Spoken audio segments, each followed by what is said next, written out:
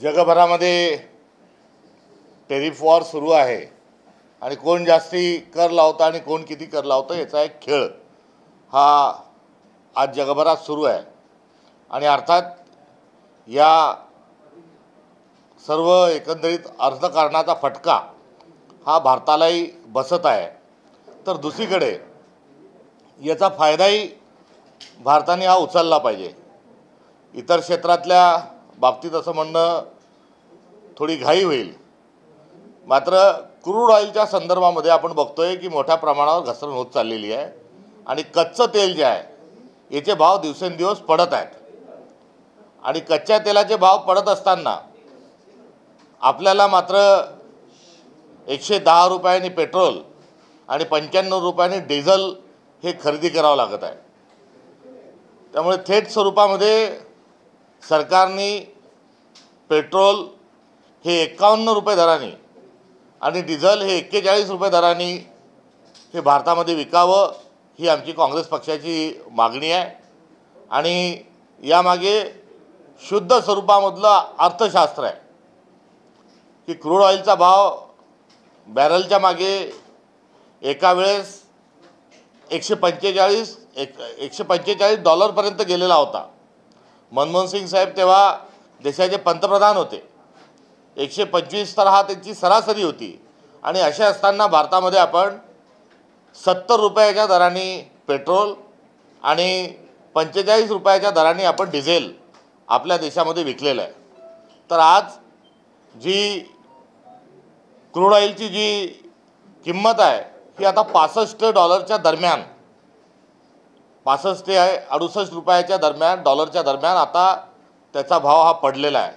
आणि अशा वेळेस आता सरकार महाग या देशातल्या नागरिकांकडून, ग्राहकांकडून जर टॅक्स वसुलीच्या नावावर जर दंड वसूल करत असेल तर या एकंदरीत त्यांच्या कराच्या पद्धतीला आपण नेमकं काय म्हणावं, तर जिजिया कर मोदी सरकार हा भारतीय नागरिकांवर लावत आहे का, हा आजच्या या पत्रकार परिषदेच्या निमित्ताने आमचा प्रश्न आहे। आपल्या देशात 85% अधिक टक्क्यांनी आपण डिझेल आणि क्रूड ऑइल आणि पेट्रोल आपण आयात करतो। आणि आपला या संदर्भातले जे भाव आहेत हे स्वतःचं उत्पादन आपलं कमी असल्यामुळे आपल्याला आंतरराष्ट्रीय स्तरावरच्याच बाजारभावाच्या संदर्भातच आपल्याला आपले दर हे ठरवावे लागतात। आणि जेव्हा भाव वाढतात तेव्हा आपण जास्ती दराने विकता, मात्र जेव्हा भाव पडतात तेव्हा कमी दराने या देशातल्या ग्राहकांना आपण का पेट्रोल आणि डिझेल देत नाही, हाही आमचा प्रश्न आहे। आणि हे सर्व असताना नॅचरल गॅसच्या संदर्भातही भावामध्ये मोठ्या प्रमाणात घसरण झालेली आहे। मनमोहन सिंग साहेब असताना 450 रुपयाचं 400 रुपयाचं गॅस सिलेंडर मिळायचं, आता ते थेट 1200 रुपये केलेलं आहे। काही ठिकाणी जजिया कर लावल्या जात आहेत। तर एकंदरीत क्रूड ऑइलचा जो कमी झालेला जो भाव आहे हा बघता केंद्र सरकारने जजिया करच्या स्वरूपातून मोठा टॅक्स न लावता पेट्रोल 51 रुपये आणि डिझेल 41 रुपये दराने हे उपलब्ध करून द्यावं ही आमची मागणी आहे। आणि यासोबतच एक फार मोठी जी फसवणूक जी चालली आहे त्या संदर्भात देखील केंद्र सरकारने आपली भूमिका स्पष्ट करावी की आज रशिया आणि युक्रेनच्या लढाईमध्ये रशियाकडून कोणीही डिझेल आणि क्रूड ऑइल आणि पेट्रोल खरेदी करत नाही, मात्र भारत जो आहे हा थेट स्वरूपात रशियाकडून क्रूड ऑइल घेत आहेत। आणि ते घेत असताना आपल्याला जरूर सांगितलं जातं की रुपयामध्ये खरेदी आम्ही करतो, तो भाग निराळा आहे। मात्र थेट बाजारभावाचा जर विचार केला तर क्रूड ऑइलच्या तुलनेने 30% कमी दराने रशियाकडून भारताला क्रूड ऑइल येत आहे। म्हणजे आता आज रोजी 68 रुपये डॉलरचा जर भाव आहे तर तिथेही रशिया हे 30% स्वस्त मिळणार आहे। याआधी 100 रुपये होता तर रशियाकडून आपण घेत असताना 70 रुपयामध्येच आपल्याला मिळत होतं, हे त्याचं उदाहरण झालं। आणि हे असं असतानाच आता हे अशा असतानाच या संदर्भात एक मोठं जे स्कॅन्डल आहे, एक मोठी जी फसवणूक आहे ती फसवणुकी आपल्या सगळ्यांच्या माध्यमातून सांगत असताना त्या संदर्भात पण सरकारने आपली भूमिका आणि आपण का चोरी करत आहोत ते स्पष्ट करावं. चोरी या अर्थाने की 30% रशियाकडून आपण स्वस्त दराने क्रूड ऑइल खरेदी करता, मात्र विकत असताना आपण कुठली कपात देत नाही. रिलायन्स यामध्ये एक कंपनी आहे की ज्याला थेट रशियाचं क्रूड ऑइल मिळत आहे आणि नायरा हे दुसरी कंपनी आहे आणि बाकी अत्यल्प स्वरूपामध्ये कुठेतरी इतर कंपनींना ते दिलं जातं. मात्र 5 लाख बॅरल प्रतिदिन एवढा मोठ्या प्रमाणावर आपण रशियाकडून क्रूड ऑइल घेत आहोत 30% कमी भावाने. आणि ते घेत असताना घ्यायचं भारताने, विकायचं युरोपला, हा जो खेळ चालवलेला आहे या देशातल्या लोकांना मूर्ख बनवण्याचा आणि ठगवण्याचा, याचा आम्ही निषेध करतो. आणि नायरा आणि रिलायन्स अशी काय सरकारच्या लाडकी आहे रिलायन्स कंपनी की ज्यांना थेट स्वरूपामध्ये रशियाचं सवलतीचं क्रूड ऑइल हे सरकार देत आहे. आपण बघितलं आहे की जेव्हा मनमोहन सिंग साहेबांच्या कार्यकाळामध्ये रिलायन्सच्या पेट्रोल पंपावर 2 रुपये, 5 रुपये, 10 रुपयांनी डिझेल पेट्रोल हे महाग राहायचं, तेव्हा विचारलं जायचं महाग काय, तर ते म्हणायचे आंतरराष्ट्रीय बाजारातल्या दराशी आमचा संबंध आहे. मात्र स्वस्त जेव्हा महाग असतं तेव्हा तुम्ही महाग विकत होते आणि आता स्वस्त झाल्यावर तुम्ही का 30% कमी स्वस्त दराने डिझेल आणि पेट्रोल नायराच्या आणि रिलायन्सच्या पंपावर देत नाही. त्यामुळे एकंदरीत हे सगळं गोड बंगाल जे आहे हे या संदर्भामध्ये एक श्वेतपत्रिका केंद्र सरकारने ही प्रकाशित केली पाहिजे आणि तुर्तास क्रूड ऑइलमध्ये मोठ्या प्रमाणावर आता भाव पडलेले असल्यामुळे आणि या संदर्भामध्ये सरकारने क्रूड ऑइलच्या जो काही भाव असेल त्यावरच डिझेल पेट्रोल दर ठरवण्याचं जाहीर केल्यामुळे त्यांनी 41 आणि 51 प्रत्येकीनुसार डिझेल आणि पेट्रोल हे भारताच्या नागरिकांना उपलब्ध करून द्यावं ही आमची काँग्रेसची मागणी आहे. आणि यासोबत जाता जाता आपल्याला हेही सांगितलं पाहिजे की पेट्रोलवर जो कर लावल्या जातात त्या कराची देखील माहिती ही आपल्या सगळ्यांच्या संदर्भात सांगत असताना विकासाच्या संदर्भात काय नेमकं चालू आहे हे आपल्याला सगळ्यांना आम्हाला सांगायचं आहे. की पेट्रोलवर पहिले 1 रुपया हा रोड टॅक्स होता, हा 1 रुपया वाढून आता 18 रुपये इतका प्रचंड हा वाढवण्यात आलेला आहे.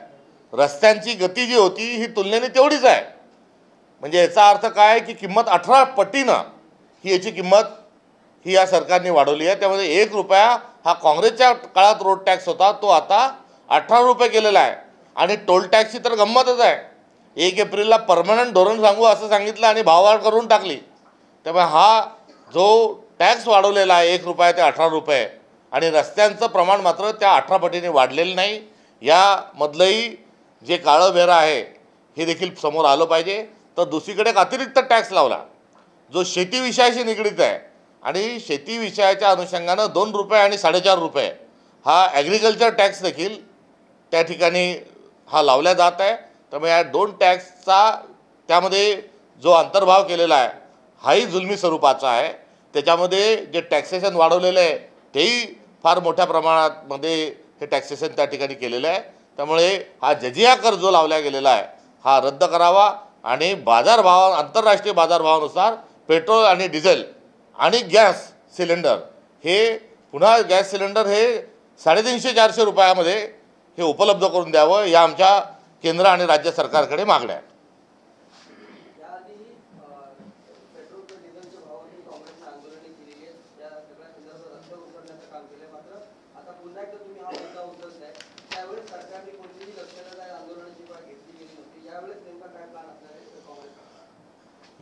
मागच्या वेळेस पेट्रोल 2 रुपयांनी वाढल्यानंतर थेट सिने अभिनेते सुपरस्टार अमिताभ बच्चन यांनी ट्विट केलं होतं, अक्षय कुमार यांनी ट्विट केलं होतं, रामदेव बाबा जे आहेत ते 35 रुपये पेट्रोल डिझेल देत जसा जाहिरातवाला फिरतो तसे गल्लीबोळात फिरल्यासारखे रामदेव बाबाही फिरत होते. आणि हे सर्वजण तेव्हा जी वाढलेली जे पेट्रोलची अपरिहार्य जी वाढ होती त्या संदर्भामध्ये आपल्याला बोलताना दिसले. तर दुसरीकडे आम्ही विरोधी पक्ष आज आता असताना या संदर्भामध्ये आम्ही लोकशाही मार्गाने आपलं आंदोलनाने आवाज उठवू. मात्र आपण बघितलं असेल की गेल्या अनेक दिवसांपासून हे सरकार बुलडोज करत आहे आणि काय बुलडोज करत आहे, कोणाची रॅशनल मागणी असली तर ती बुलडोज केल्या जात आहेत. विवेकाने काही आम्ही बोलत असलो तर ते बुलडोज केला जात आहे. त्यामुळे विरोधक पक्षाचा आवाज दाबण्याचा प्रयत्न हा सरकार करत जरी असलं तरी आम्ही या संदर्भातला आमचा आक्षेप आणि आवाज हा उठवत राहू. मात्र यासोबतच ते सिने अभिनेते कुठे गेले की जे ₹1.5 ₹2 दरवाढीवर जे हंगामा करत होते ते कुठे गेले हाही प्रश्न आम्ही उपस्थित करू इच्छितो. आणि सिलेंडरवर ₹15 वाढल्यानंतर जो घोळका जमवणाऱ्या ज्या नेत्या आणि स्वतःला नेत्या म्हणून घेणारे काही जे व्यक्ती होते ते कुठे गेले हाही प्रश्न या निमित्ताने आपल्याला मला विचारायचा आहे.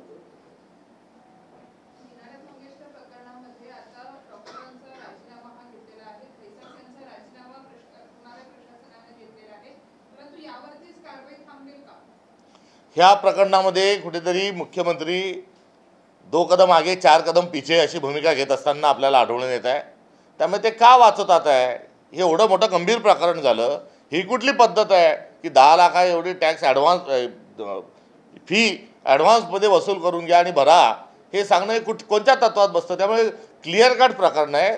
सरकारला कोणी जुमानत नाही आहे आणि सरकारला जुमानत नसताना हे प्रकरण आता कसं निस्तारता येईल यासाठी अनेक पातळ्यावर हे सरकार कार्यरत आहे. वास्तविक पाहता या संदर्भामध्ये गंभीरात गंभीर आणि कारवाई ही झाली पाहिजे.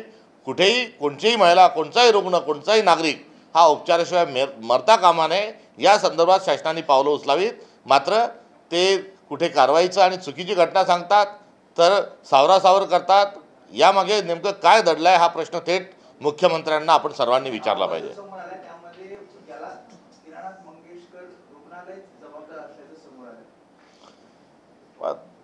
टेक्निकली ते समोर आले ही चांगली बाब आहे. मात्र रुग्णालय जे आहे हे एक लाईफलाईन आहे आणि इथे नैतिकता पण महत्त्वाची आहे, संकेत पण महत्त्वाचे आहेत. आणि या सगळ्यांमध्ये सर्वार्थाने हे दवाखान्याचं चुकलं आहे आणि असे अनेक दवाखान्यांमध्ये असे प्रकार हे घडत आहेत. दुर्दैवाने त्या महिलेचा मृत्यू झाल्यामुळे एकदम त्यावर आपण सर्वजण चर्चा करत आहोत, जे रास्त आहे. मात्र असे अनेक रुग्ण आहेत की जे उपचारासाठी तिथे ताटकळावं लागतं. उपचारासाठी त्यांना घरदार विकावं लागतं, सावकाराकडून पैसे आणावं लागतात, सोनं नाणं विकावं लागतं. असे अनेक प्रकार हे सर्रास अलीकडच्या काळात मोठ्या प्रमाणावर घडत आहेत.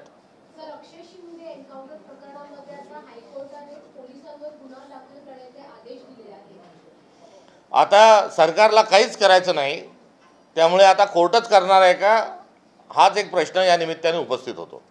मुंबई महानगरपालिकेनं 1600 कोटी रुपयांच्या कर्जाची मागणी केलेली आहे. जी महानगरपालिका सर्वात श्रीमंत महानगरपालिका म्हणून ओळखली जात होती, तिलाच आता कर्ज घेण्याची नामुष्की आलेली आहे. निवडणुका होऊ द्यायच्या नाही. सगळी सत्ता जी आहे ती काही निवडक हातात असली पाहिजे. त्यामुळे 73व्या आणि 74व्या घटनादुरुस्तीनुसार स्थानिक स्वराज्य संस्थांना बळकट करण्याचं आणि सत्ता विकेंद्रीकरणाचं धोरण हे राजीव गांधींनी स्वीकारलं होतं आणि त्यानुसार महानगरपालिका, नगरपालिका आणि जिल्ह्यातील इतर ग्रामीण भागातील संस्था या उभ्या राहिल्या होत्या.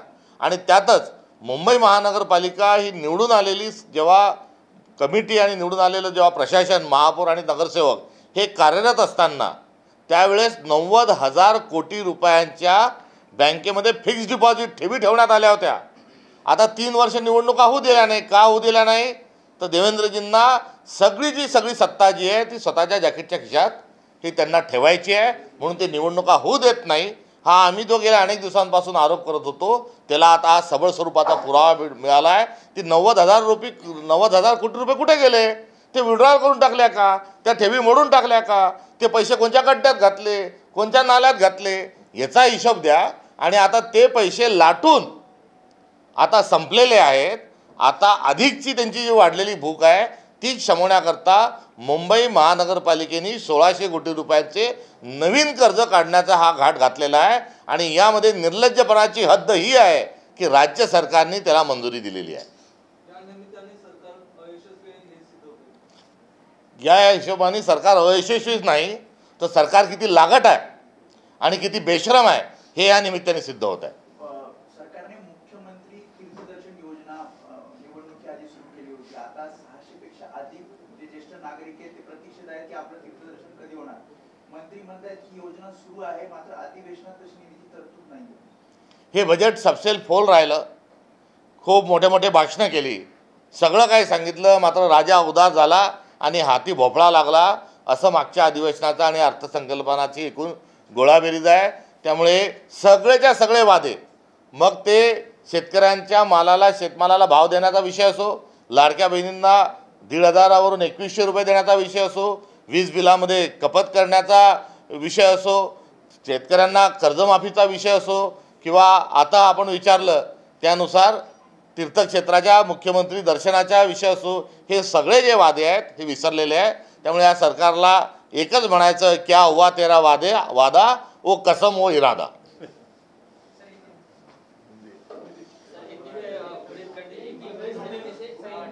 पेट्रोल डिझेल भाव कमी झालेच पाहिजे. अरे आपली प्रेस कॉन्फरन्स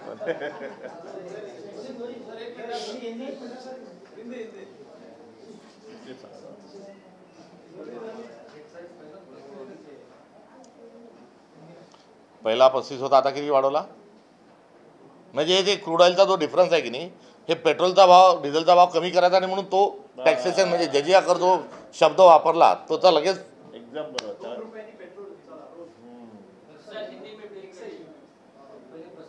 आता 37 झालं नाही, ते तेवढं बरोबर ते नफा वाढवत चालले. जेवढा डाऊन आहे तेवढा टॅक्सेशन तो कम.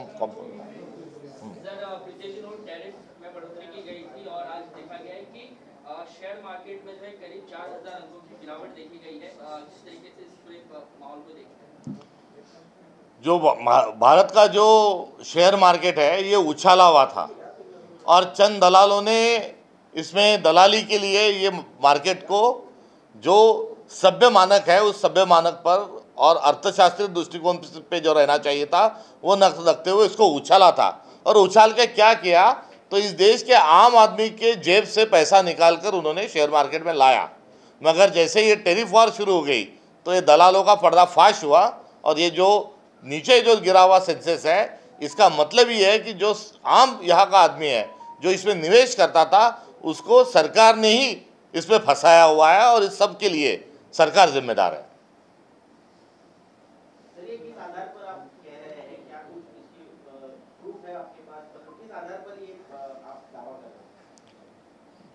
कोई चीज़ जब गिरती है तो उस गिरने के लिए क्या आधार पर गिरी, ये भी हम सवाल लाजमी है. तो जब गिरने के लिए आप एक तरफ कहते हो कि भारत की अर्थव्यवस्था पूरी मजबूती के साथ खड़ी है, भारत की अर्थव्यवस्था में कोई गलत नहीं, सेबी अपना काम कर रही है, और ऐसे तमाम जब सब चीज़ें बताए जा रहे हैं तो पिछले दिनों से उसमें जो गिरावट है उस गिरावट का सीधा इशारा जो है कि पहले से ही इसको सूजन चढ़ा के रखी थी. इसका जो एक स्वाभाविक स्वरूप उस शेयर मार्केट का था वो नहीं था, ये उससे अपने आप में साबित होता है. सर, आज जो गिरावट दर्ज हुई है वैश्विक मंदी के तौर पे इसे देखा जा रहा है, और जब वैश्विक मंदी की बात करते हैं तो मनमोहन सिंह की आज कमी जो है वो खल रही है क्या? बिल्कुल, मनमोहन सिंह जी के रास्ते पे हम लोगों ने चलना चाहिए था. मनमोहन सिंह ज़रूर कांग्रेस पार्टी के थे, मगर मनमोहन सिंह उससे भी उनका एक अलग किरदार था. उनके इतना पढ़ा लिखा और सुलझा हुआ इंसान, किसी देश का प्राइम मिनिस्टर अर्थ मंत्री बनना एक अपने आप में एक बहुत बड़ी चीज़ होती है. जब सभी अर्थव्यवस्थाएं डगमगा रही थी तब भारत हम मजबूती के साथ आगे चल रहे थे, उसका प्रमाण है. और ऐसे जो लोग किसी देश में पैदा होते हैं तो उनके रास्ते पे चलना एक स्वाभाविक स्वरूप से एक उम्मीद होती है. आज उनकी कमी ये खली रही है. जब नोट पे जो पाबंदियाँ लाई थी, जो पुरानी नोट नई नोट का खेल जब खेला गया, तब भी उन्होंने कहा था कि हमारा जो विकास दर जो है उसमें 2% की गिरावट आएगी, और वैसे ही वो हुआ. और आज हम उनके रास्ते पर नहीं चल रहे हैं.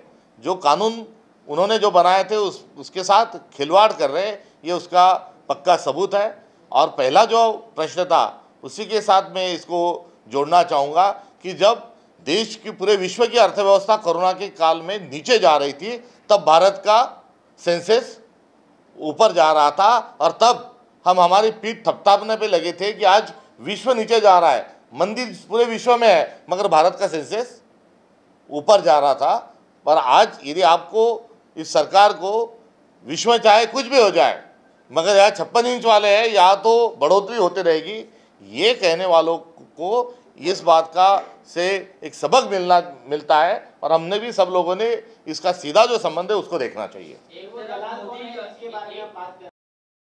उसकी जांच उनके नाम सामने आना चाहिए। जिन्होंने इस देश के आम आदमी को फंसाया वो कौन है, उनका पर्दाफाश होना चाहिए। एक तरफ डोनाल्ड ट्रंप ये कहते हैं कि मोदी उनके अच्छे मित्र हैं और रातों रात टैरिफ में बढ़ोतरी कर दी जाती है, क्या ये कमजोर विदेश नीति की वजह से हो रहा है? भारत में चल रहा था अब की बार एक नारा, और वही मोदी जी वहाँ जाकर कहते हैं कि अब की बार ट्रंप सरकार। अब वो ट्रंप सरकार वहाँ आने के बाद अब इनको, मुझे कहने में भी शर्म महसूस हो रही है, मगर हमारे देश के नुमाइंदे को, प्रतिनिधि को वहाँ उनके ओथ में भी बुलाया जाता नहीं, और उनसे बिना पूछे यहाँ पर इतना भयंकर होता है। रात के 2:30 बजे जब यहाँ पर हम एक गैर ज़रूरी एक बहस हमारे संसद में कर रहे थे, उसी वक्त उनका तथाकथित जो मित्र है वो हम पर टैक्स लगा रहा था। तो हमें किस चीज़ों की चिंतन की ज़रूरत है और हम क्या कर रहे हैं, इसका भी एक बहुत बड़ा सबक सब भारतवासियों को लेना चाहिए। सर, वक्फ संशोधन बिल पर विपक्ष एक साथ आया है, उसका विरोध किया गया संसद में, अब विपक्ष कोर्ट में जा रहा है। ऐसे में आपके ही सहयोगी है शिवसेना उद्धव ठाकरे साहब ने साफ तौर पर कहा है कि कोर्ट का समर्थन हम नहीं करते, उसमें कैसे देखते हैं इससे? देखो, ये जो चीज़ है, ये वक्फ बोर्ड के नाम पर जो गुमराह किया जा रहा है वो एक मुद्दा है, और वक्फ बोर्ड से ना रोज़गार, इस बिल से ना रोज़गार बढ़ने वाले हैं, ना किसान की फसल को दाम मिलने वाला है, ना भारत की जो बिगड़ी हुई लॉ एंड ऑर्डर की सिचुएशन है वो अच्छी होने वाली है, हमारी सीमाएं इससे कोई मजबूत होने वाली नहीं। तो ये इस डिस्कशन को लेकर वो अपनी नाकामयाबियों को कहीं ना कहीं छुपाने का काम कर रहे हैं। और जैसे इसके साथ ही उनका तो सही मकसद जो है, ये पद्मनाभ मंदिर में जो सोना है उस सोने की तरफ केंद्र सरकार की कहीं ना कहीं उस पर नज़र है, मगर सीधा वहाँ तक जाए तो हाथ जल जाएंगे। इसलिए वक्फ बोर्ड फिर धीरे धीरे धीरे और फिर चर्च, ऐसे करते करते वो वहाँ जाएंगे। वास्तव में हर मंदिर को, गिरजाघर को, मस्जिदों को, और इतना ही नहीं तो हम महाराष्ट्र में हैं तो महाराष्ट्र के छत्रपति परिवार को भी विशेष अधिकार के तहत कुछ ज़मीनें मिली हुई है। तो ये 1913 में बना हुआ कानून है, उसको 1913 में क्यों बना, उसकी क्या ज़रूरत है, इस नज़र से इसको देखना चाहिए। मगर हर चीज़ में जात और धर्म में लाकर जो अविवेक की चर्चा हमारे देश में होती है, ये बहुत दुर्भाग्यपूर्ण है। सवाल ये था सर कि आप विरोध कर रहे हैं, ठीक बात है कि, लेकिन आपकी इंडिया ब्लॉक हो या महाविकास आघाड़ी हो, आप कह रहे हैं कि हम कोर्ट में जाएंगे, कानूनी लड़ाई लड़ेंगे। उद्धव ठाकरे कह रहे हैं कि नहीं, हम कोर्ट में नहीं जाएंगे। देखो, इसको लेके हमारे जो शीर्ष नेतृत्व है वो दिल्ली स्तर पर इसके बारे में फैसला जो है होगा, और इसको अलायंस पार्टनर का उनका एक किरदार है, उसके बारे में वो उनके विचार से वो सोचेंगे। तो इसमें मेरी राय का सम्मिलित होना या रखना कोई मायने नहीं रखता। राज्य के कृषि मंत्री माणिकराव कोकाटे लगातार विवादास्पद बयान दे रहे हैं। कर्ज माफी को लेकर उनका बयान आया, कह रहे हैं कि किसान कर्ज माफी का पैसा शादी ब्याह में उड़ाते हैं। ये दुर्भाग्यपूर्ण, इस प्रकार से कोई जिम्मेदार आदमी इस प्रकार से कोई बात करता है तो दुर्भाग्यपूर्ण है। इससे पहले उन्होंने कहा था कि भिखारी भी 1 रुपया नहीं लेता, मगर हम 1 रुपये में आपको पीक बीमा देते हैं। तो इसके पहले वो भिखारियों के साथ किसानों की तुलना की, और अब एक नया ही फंडा उन्होंने निकाला है। तो आए दिन का उनका जो ये बहुत ही घिनौना जो काम है, उसको सरकार संज्ञान में लेकर उनको कोई कार्रवाई करे, इतना ही बोल सकते हैं। नहीं तो आए दिन किसानों का अपमान करना, किसानों को नीचे दिखाना, यही वो काम कर रहे हैं। किसानों की फसल के दाम के बारे में नहीं बोलते। अभी 2 दिन में जो ओले बरसे है, जो अतिवृष्टि हुई है, उसके लिए क्या मुआवजा देंगे, उसके लेकर क्या पॉलिसी है, वो ये नहीं बताते। पीक बीमा का पैसा कब मिलेगा वो नहीं बताते। अगस्त में और जुलाई में जो हेवी रेनफॉल हुआ उससे किसानों की फसल बर्बाद हुई, उसका अनुदान कब मिलने वाला है उस पर नहीं बोलते। मगर बेफालतू और तुकिया बयानबाजी कर कर वो गैर जिम्मेदाराना सरकार के एक प्रतिनिधि है, यही वो दर्शाते हैं। Thank you.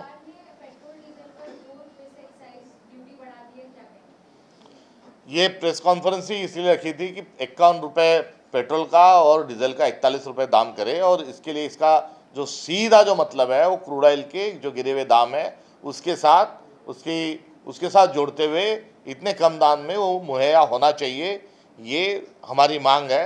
मगर इनको दाम और ये मांग है, और वो इसलिए पूर्तता उसकी नहीं कर पा रहे कि इसका टैक्सेशन बढ़ा हुआ है। तो रोड टैक्स जो 1 रुपया पहले कांग्रेस के इसमें था वो 18 रुपये कर दिया। एग्रीकल्चर टैक्स जो था वो पहले 0 था, उसको 2 रुपये और 4.5 रुपये कर दिया। और एक्साइज ड्यूटी भी है वो लगातार बढ़ाते ही जा रहे हैं। तो अभी दाम जैसे जैसे गिरेंगे वैसे एक्साइज को बढ़ाते जाएंगे और टैक्स जो है वो आम और जो देश का गरीब आदमी आम आदमी उसके जेब से वो पैसे लेते रहेंगे। और इस तरीके को हम जिजिया कर लगाते हैं, जो जिजिया कर पहले औरंगजेब ने लगाया था उसी प्रकार से अभी केंद्र सरकार भी कर लगा रही है। तो इसके खिलाफ आप लोग क्या करेंगे? आम जनता के लिए क्या करेंगे आप? अभी तो पहले बीजेपी आपके खिलाफ आंदोलन कर दी थी, कांग्रेस सड़कों पे उतर के आंदोलन करेगी क्या इस चीज को लेकर? अभी तो हमने मांग की है और आगे राजनीतिक एक जिम्मेदार दल के नाते करेंगे। ये वक्त है कि यहाँ पर विपक्ष को कोई कटघरे में खड़े करने की आज कोई आवश्यकता नहीं और ना ही कोई कटघरे में खड़ा भी कर रहा है, मगर ये जो मांग है ये लोगों तक जाना पहुँचना और सरकार से हम उम्मीद करते हैं कि वो कम करे और इसमें नहीं कुछ होता है तो ज़रूर हम जो है वो हमारा पक्ष जो है वो जनता के साथ आंदोलन के साथ आगे रखेंगे। मगर इनको आए दिन बुलडोज चीज़ें करने की आदत है, मगर उनकी ना तो हम बुलडोज़र को डरते ना उनकी ईडी को डरते। हम विपक्ष के नाते हम इसको लेकर हमारा जो आंदोलन है और हमारी जो भूमिका है वो हम स्पष्ट करते रहेंगे। मराठी बोलने को लेकर मन से आक्रमण हुआ था, कई जगहों पर कई लोगों को मारा भी जाता, इस पर महाराष्ट्र कांग्रेस किस तरह से देखती है, क्या समर्थन करती है या किस तरह से बातें? पंडित जवाहरलाल जी नेहरू ने 3 लैंग्वेज का फार्मूला लाया था कि मदर टंग, नेशनल टंग और इंटरनेशनल टंग। तो जहाँ भी आप प्रदेश में रहते हो उसको भाषा का सम्मान और उसमें व्यवहार होना चाहिए और भारत में रहते हो तो हिंदी का भी इस्तेमाल और व्यवहार में हिंदी भी रहना चाहिए राष्ट्रभाषा के तहत, और अंग्रेज़ी भी आपको आती है तो बेहतर है। तो ये 3 लैंग्वेज फार्मूला को लेकर चलने का हमारे संविधान ने और पहले पंतप्रधान ने हमारे तय किया था और कांग्रेस जो है आज भी इस 3 लैंग्वेज फार्मूला की ही हिमायत करती है। Thank you. उन्होंने बयान दिया है कि लोगों के मन में मुख्यमंत्री अभी भी एकनाथ शिंदे है, क्या शिवसेना स्वीकार नहीं कर पा रही कि फडणवीस मुख्यमंत्री हो? अभी एक कोई टॉस उछाल के कौन मुख्यमंत्री है ऐसा 2 रहते थे तो पूछ लेते थे, मगर अभी 3 है तो क्या करें। ये तो एक बड़ी गंभीर समस्या महाराष्ट्र को आए दिन देखना पड़ती है। एक जो है वो लोगों के दिल के मंत्री है, मुख्यमंत्री है, एक जो है वो मुख्यमंत्री के कुर्सी पे बैठे हुए हैं और एक जो है तीसरे वो भावी मुख्यमंत्री है। तो पिक्चर में तो हम डबल रोल देखते थे, मगर ये ट्रिपल रोल जो मुख्यमंत्री का चल रहा है, तो ये ट्रिपल रोल में जो सारे जो लोग हैं ये चकमकाए हुए हैं कि असली में मुख्यमंत्री है कौन।